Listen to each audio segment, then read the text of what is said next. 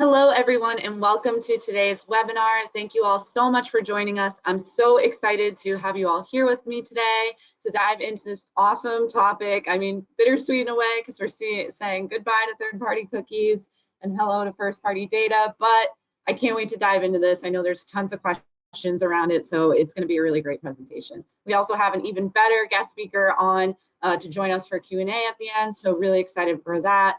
And again, give yourselves all a pat on the back for showing up today for your marketing.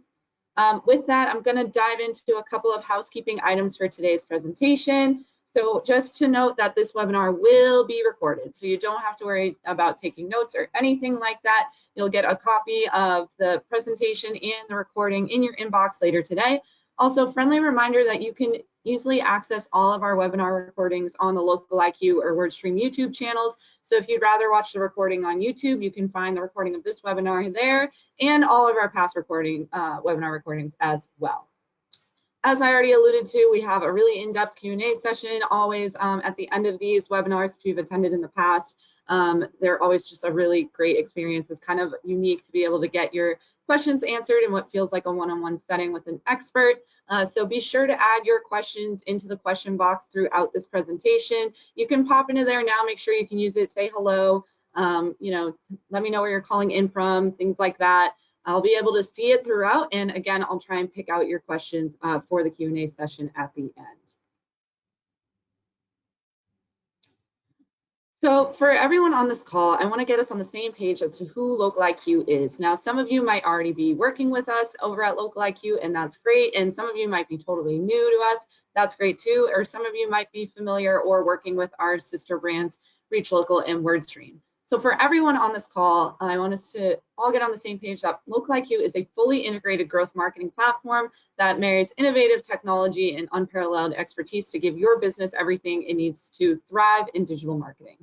I'm already seeing lots of hellos come into the chat. Thank you for that. And a few more questions about recording. So just again, a friendly reminder that this will be recorded and you'll get the materials in your inbox along with a copy of the slides later today and can find all of our webinar recordings on YouTube. So how exactly does Local IQ help small businesses thrive and prosper in digital marketing? Well, technology is at our core. So our platform runs on proprietary optimization technology powered by AI, informed by over 1 million Local IQ campaigns that you can't find anywhere else.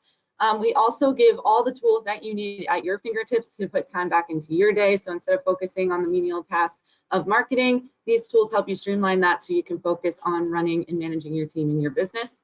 And then also, we've been in the digital marketing game for well over 15 years, which if you think about the age of digital marketing, it's really like not too much older than that. So we've really been through all of the ups and downs, platform changes, and ebbs and flows of the landscape over the years. So we're here to tell that story.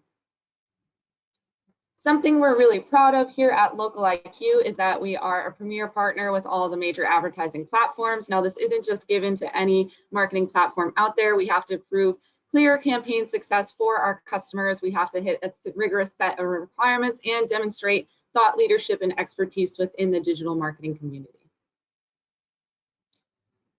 So a little bit about me, your host and facilitator and speaker for today.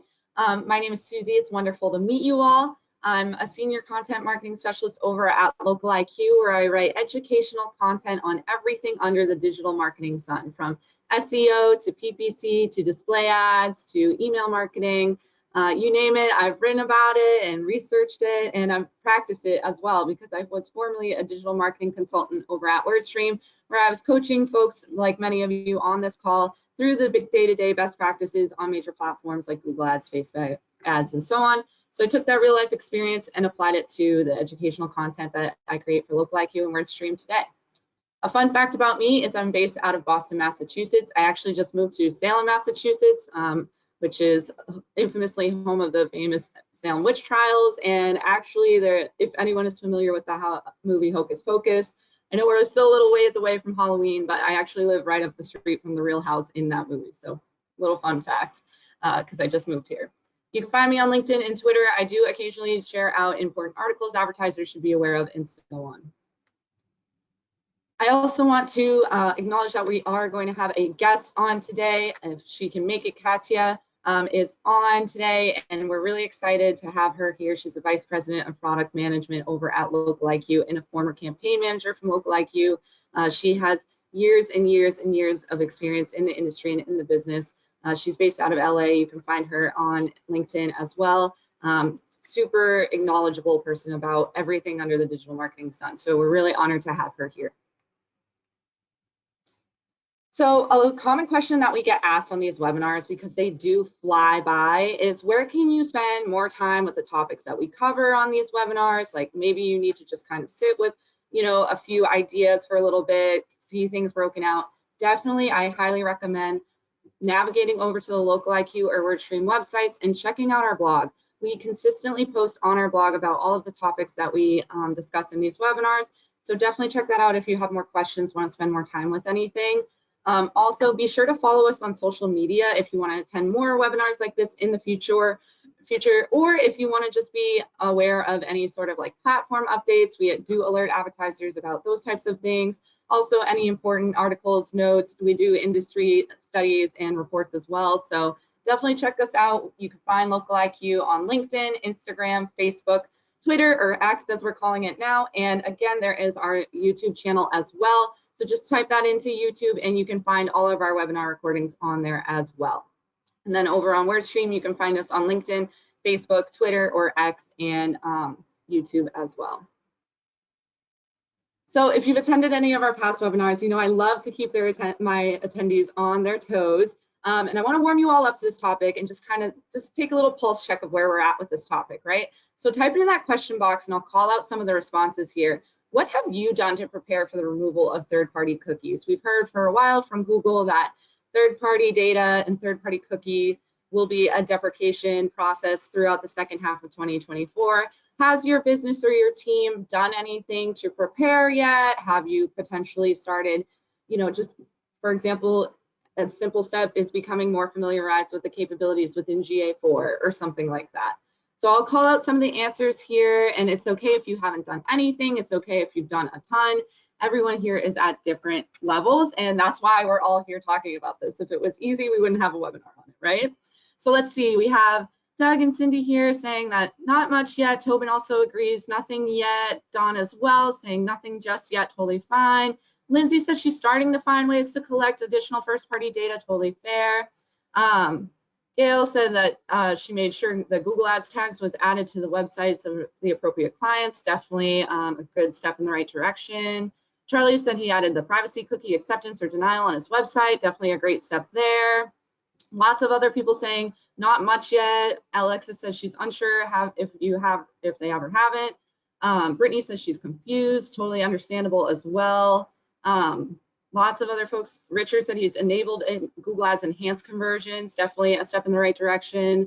Colton saying he's not even sure what a cookie is. I've been there. Like, I want you all to understand that no two answers that I called out, and thank you for participating. I wish I could call out all of your answers here, but my point is, no two answers that I really called out there were exactly the same. I think all of us are in different unique situations. And while I'm going to give you some tips, some guidelines today to generally apply to any business out there, be thinking about how that can, impact your unique specific business situation. So with that said, if you haven't done anything yet, or you're a little confused about this topic, or still feel like you need to learn more, that is okay. That is totally fine. I actually saw a few of you said that the first thing you've done to prepare is join this webinar.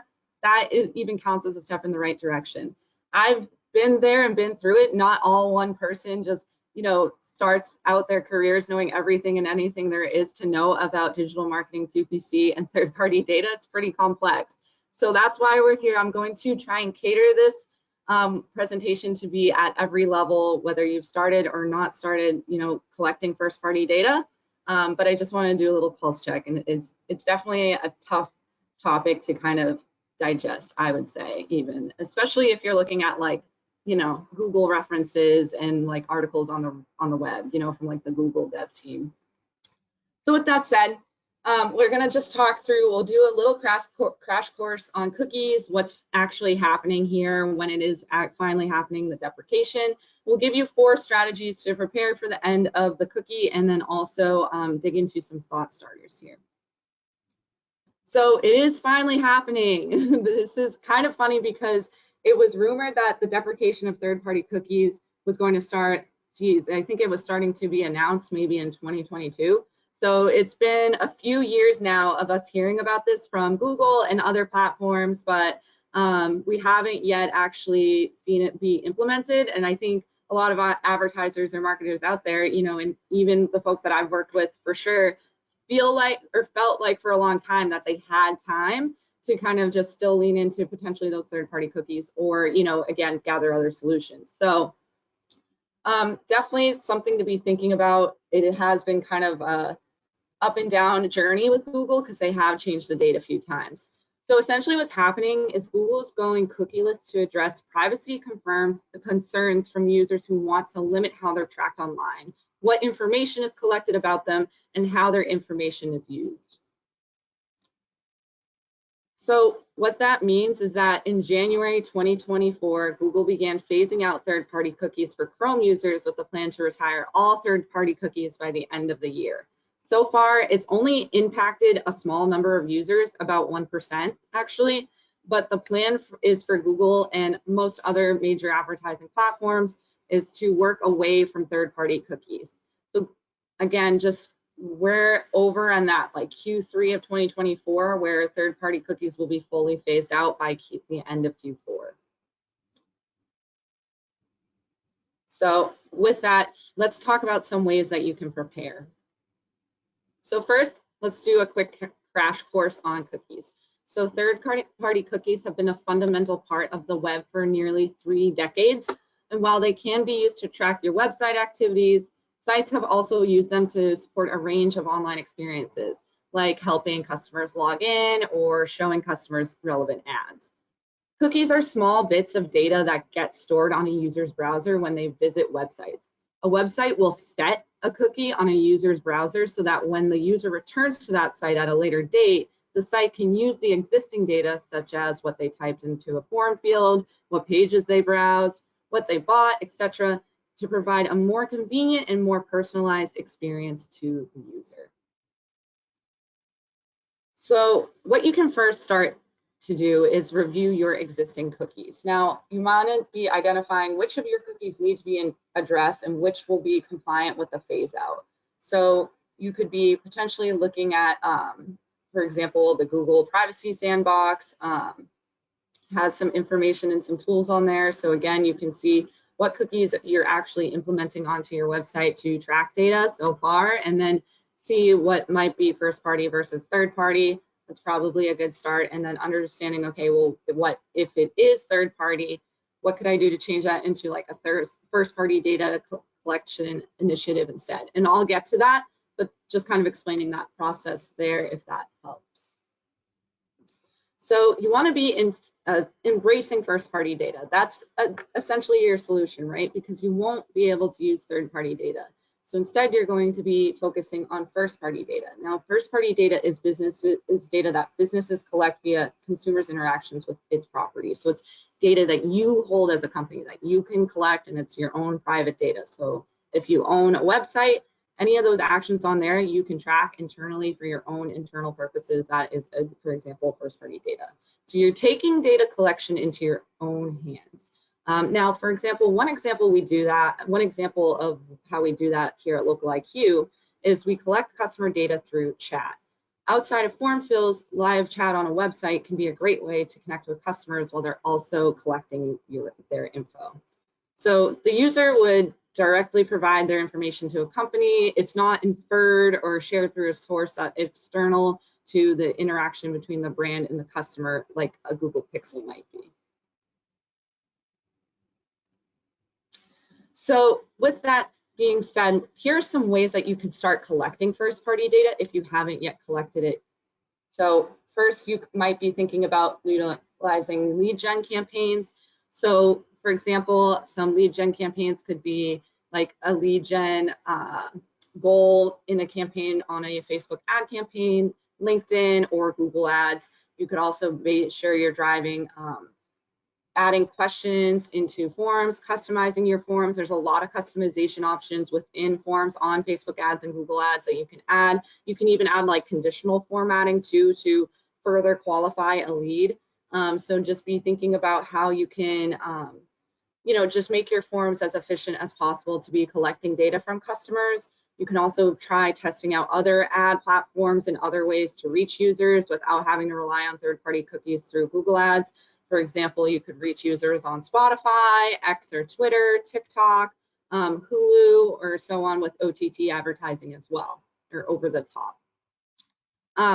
You can also spend more time on focusing on brand building. You're going to have to, maybe create some more content that your audience might prefer to start enticing them to interact with your business more and provide you with more data or to fill out a form. So for example, you might offer a white paper, a PDF, or other things in exchange for a customer's information.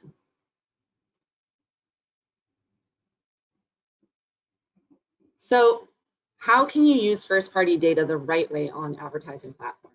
Well, it's time to focus on gathering data through a first-party relationship and leveraging it in your accounts for more accurate audiences and performance tracking. So for example, you might do a customer match or an audience upload with the goal of audience generation and targeting. Here's an example of how you could do a custom audience upload within Google, the Local IQ Customer Center platform to then create a Facebook custom audience for your Facebook ad campaigns. So whether it's Google Customer Match, Facebook Custom Audience Uploads, or a similar solution from another platform, most ad channels now let you import your CRM data into the system to match back to log in users. So any information you gather about your customers can be used to track them and create audiences of targetable users later on. So for example, one way, again, that we do this over in Local IQ with this example that we see, another example would be through targeted email marketing. So we can use first-party data to build a targeted email marketing campaign, and then we can also use cross-media optimization technology to reach these customers across multiple channels, search and social, for example, while automatically optimizing spend across these channels.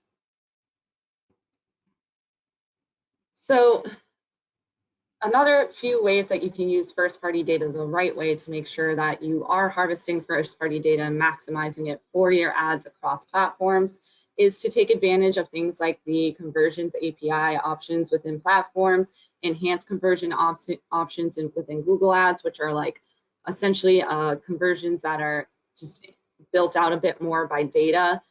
So similar to almost enhanced bidding, if any of you are familiar with enhanced bidding within Google Ads, enhanced conversions is kind of the same idea, but for conversion tracking. You can also upload offline conversions too. So if you're tracking other types of conversions offline that you want to be attributed to your Google Ads, you can definitely do that. You want to be making sure that your primary goals through all of this is performance and conversion tracking. So making sure that you're able to clearly track what people are doing from your ads or from your site is really important as well. So you don't have to, it's not going to look the same for every business out there, and that's okay. So when you find a method that works for you, don't feel like you need to do more or less if you feel like that is the clearest way for you to accurately measure your conversions. So for example, with the Conversions API, that's Facebook's solution for tracking in-platform performance by matching back to user attributes tracked in your CRM or your customer relationship management system, which I've talked about a little bit so far. This process usually takes the assistance of a developer to set up, but again, that is something that marketing platforms like Local IQ can be here to help you with. Enhanced conversions, for another example, are a solution for Google Ads where user data provided on your website is hashed and sent back to Google privately. This relies on some tagging within the Google site tag, but is compliant with these shifts of all information and is anonymized before being shared. This can be done in a few ways, using your Google site tag or through Google Tag Manager. And lastly, another example, just hitting on that last example I alluded to, offline conversions from Google are similar to Facebook's Conversions API, where your CRM data is used to match to logged in users on Google and track conversion performance. Usually these are used for conversion actions that do not take place on a website, like a purchase of a service after receiving a quote online, but they can be used to fill in gaps in online conversions in some instances. So again, just a few ways that you can kind of track conversions. For example, if you're tracking walk-ins, which would be an offline conversion, Other things you could do, like for example, with a targeted display campaign, is also track view-through conversion. So you could see how many people saw that ad and then came to your search ad later to convert, but really the initial journey was started through that display ad. So it's called a view-through conversion, which we can help folks track here at LookLikeU. So time to embrace AI and machine learning to help you manage the deprecation of third-party cookies. So for example, with Google's approach, Google is continuing to push broad match keywords coupled with smart bidding on search, but also suggests starting a new campaign with maximized conversion bidding strategies, even if your account isn't fully meeting the traditional 50 conversions in a 30-day threshold. For Google, that type of targeting is mostly associated with the Performance Max and Demand Gen campaigns. Google's new favorite solutions for everything that uses audience signals to get started, but then targets users through machine learning that it thinks will hit performance goals. Meanwhile, for Facebook's approach, Facebook is also pushing its Advantage Plus audience targeting. We do have a few articles of Advantage Plus audiences on the WordStream site, but essentially this is targeting where advertisers suggest interests, behaviors, and demographic data that Facebook uses as a guide, but willingly goes beyond to meet campaign and ad set level objectives. So I know that was a ton of information, a lot of different ideas for ways that you can collect first-party data, a lot of information on the difference between first and third-party data, and the deprecation that's coming up. So again, you all get the copy of the slides and the recording in your inbox later today, and you can easily find it on YouTube. But I do want to round up those points in just a few key takeaways. If there's a few things that you all walk away with from this webinar today, here are some action items, and then we'll get into the Q&A. So a few thought starters for us to keep in mind here. For the end of cookies, or the end of the cookie, as in third party, here's what you need to know. Nothing will be perfect. It's still going to be an adjustment, as none of these solutions will be perfect at its current setup. So you're going to be kind of going through maybe a little bit of trial and error when it comes to your conversion tracking, changing how you're tracking your data and managing that, and that's okay. You might need to do a little bit of trial and error, but that's part of the process. So you just want to embrace that. But at the same time, we know that reporting will be even more important than ever. So plan to utilize your customer relationship management system or your CRM and internal tracking to understand campaign performance at both a bird's eye view and a more detailed level. And be sure that you're utilizing machine learning and artificial intelligence, or AI. So embrace machine learning and AI for targeting and bidding optimization. There's a lot of ways that you can automate your tracking and automate your campaigns now and automate your bidding to still maximize results, even if you might be relying on different types of data sets. So tons and tons of questions coming in here. And as we jump into the Q&A section, if you feel like I'm seeing a lot of questions coming in about specific scenarios within specific businesses, specific situations. So if you feel like you have more questions and want to get your questions answered on a one-on-one setting at a time you're choosing to, get a free digital marketing assessment and really understand what's going on and how you can better, track your third-party cookies, definitely make sure you hit yes on that poll. We're going to leave that poll up on the screen for the remainder of the webinar. So this switching into solely just an audio portion. So once you answer that poll, you can sit back and relax and just listen in as we move into the Q&A. And with that, I want to invite Katya to come off mic, because we're going to jump into some questions, and there are tons coming in for you, Katya. If you haven't yet submitted your questions, please put them in now, and I'll try and pick as many as we can for the time allotted to have answered. Katya, can you hear me okay? Yes, can you hear me? Yes. Thank you for joining perfect. us again. It's such an honor. Yes. Yeah, so while we wait for people to enter their questions, I do have one question for you that I wanted to ask about how this whole third-party cookie deprecation is impacting LookLikeU. Google's obviously a huge part of our business. So what is this change looking like for the campaigns that we're running? It's a great question and a good place to start too. The fact is that impact to search business for us is minimal, given that we do not use third-party cookies for any aspect of our operations. But what is changing is that we're leveraging more and more first-party data wherever available. So what we do for search, since that was your question, we use the first-party data that we collect through paid ads that the clients run with us. That because we track all the interactions and calls and form fills and emails, we collect a lot of first-party data for the customers who are interested in the business. And what we do with it, we feed it back into Google, just how the best practices tells us what's the best for it. But we don't just feed it back to Google as is. We take one step further. We automatically score leads by our proprietary scoring system powered by AI.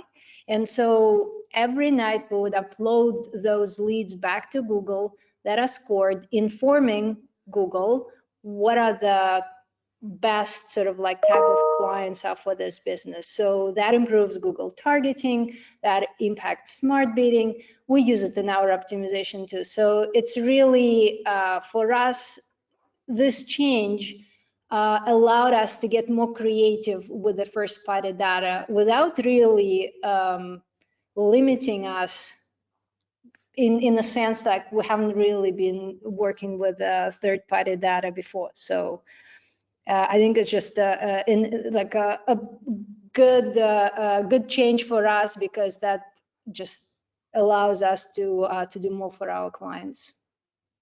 Yeah, thank you so much for that thorough answer, and I totally agree. It's kind of cool to see how this change has pushed us to expand and enhance, the capabilities that we can offer to people running local IQ campaigns. And it really sounds like the solutions that you ran through are tailored to, that small business that's looking to score leads and so on.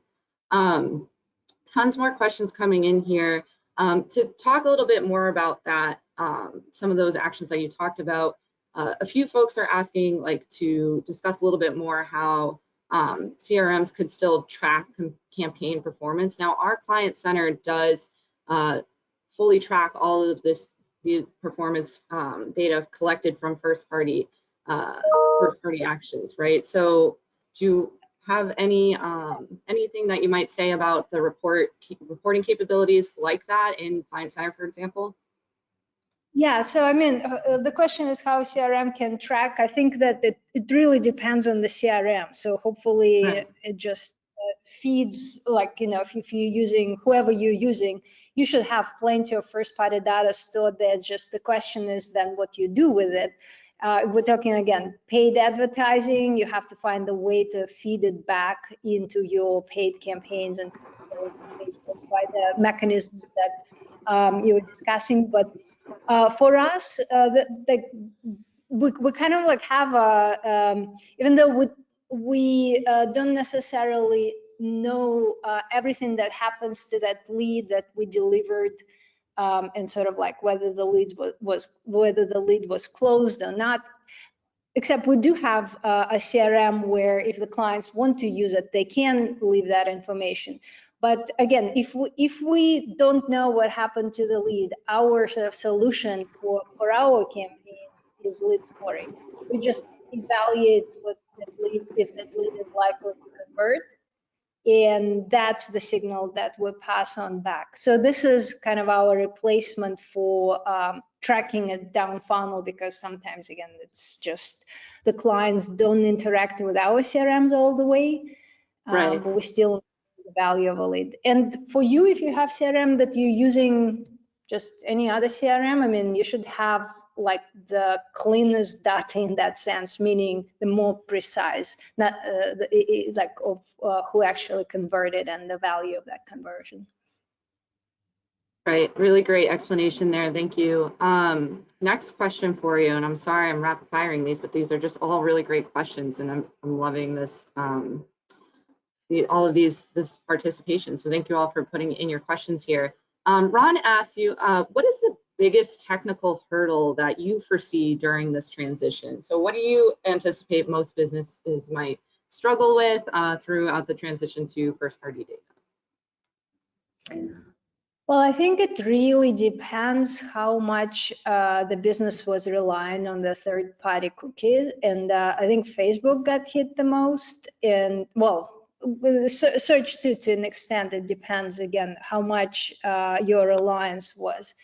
And then how much you were tracking and collecting first-party data. Because just like you were talking about earlier, first-party data is now the pillar that you have to lean on instead of third-party cookies. So I think the challenge for people are going to be to replace like what was sort of coming for free because they were, again, relying on the setup and third-party cookies within the publishers. Now they have to make sure that the CRM data clean and find the ways of feeding it back into the publishers. And I suspect that not everybody has this like full loop working, that the data is fresh. There's like a lot of nuances there, how you use the data, audience segmentation. So I think it becomes a little bit more intense in terms of the, especially for very large clients have a lot of data. Right, right. That's a totally very good point too. It really is dependent on the unique situation. I always say in these Q&A sessions, for a lot of these questions, like there is no right or wrong answer in marketing, so it's going to look a little different for everybody. And I think you kind of alluded to this in your answer to the last question, but just one final question here. You were talking about, just being familiar with how much you are currently relying on first party versus third party data. So Colin asked here, he said, if you were just starting out, let's say you haven't done anything to, start working with the transition over to first party data, where would you recommend businesses start? It sounds like you would say maybe like an audit of how much they're relying on that, or do you have any other advice there? Totally fine. Yeah, I would see, like, again, assuming you are talking about also like advertising, right? How you can be effective and not. So again, like I would, if you're not feeding your first party data, and well, first of all, start with CRM, just make sure you collect that first party data and then find the way to set up the feed back into the publishers or the search engines or again, social networks that you're advertising on. The more data you give them, the better your campaigns will become. Because if they can't rely on the third party data, they have to like now know who are your best clients so that they can do better targeting on your behalf. That comes, again, a little more nuanced, like the types of bidding that you would want to experiment with. But I would start, I mean, again, the more data you have, the better campaigns will run, because that's where all the publishers are going. The AI-powered advertising is now, but the more data you give to AI, the better it runs for you. And so that's my advice, to make sure that you understand your customers, you collect the data, and you find the way to feed it back into Google through Zapier, or I mean, again, or Facebook through different, you can probably read it up, but again, it can get a little technical. 1000%. I love that answer. And I'm sorry, I know I said last question, but someone else just asked a really great question. So I think this would be a great way to round it out. And I think you kind of already maybe answered this a little bit, but just if maybe we could get a little bit more explanation here. Keith asked, if a business gathers first-party data from other tracking companies besides LocalIQ, is there a way to feed that data back to LocalIQ to use in campaigns LocalIQ is running for the business? Yes, because they can provide data, right? Exactly. Yes, we have some integrations, and again, it may take just a little bit like initial setup, but we can take this data and pass it on.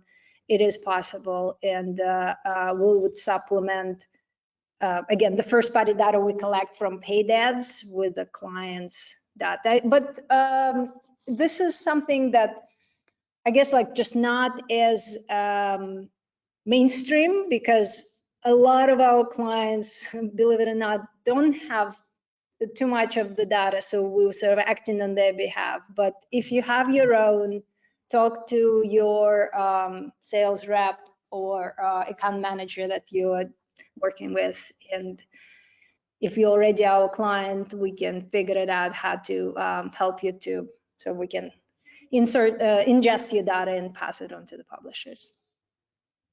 Great answer. Thank you so much, Katya. It's been such an honor. I know I learned so much. For everyone on this call, thank you so much for joining us. Tons more questions coming in, a lot about specific situations. So again, if you haven't hit yes in that poll and you have more unique questions there, definitely go ahead and do that.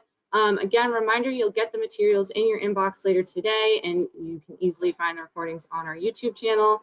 We do these webinars twice a month, so we have another one coming up on July 25th, so keep your eyes peeled for that. Again, Katya, thank you. Thank you all, everyone, for joining, and I hope you all have a wonderful day. It's great. Thank you. Okay. All right.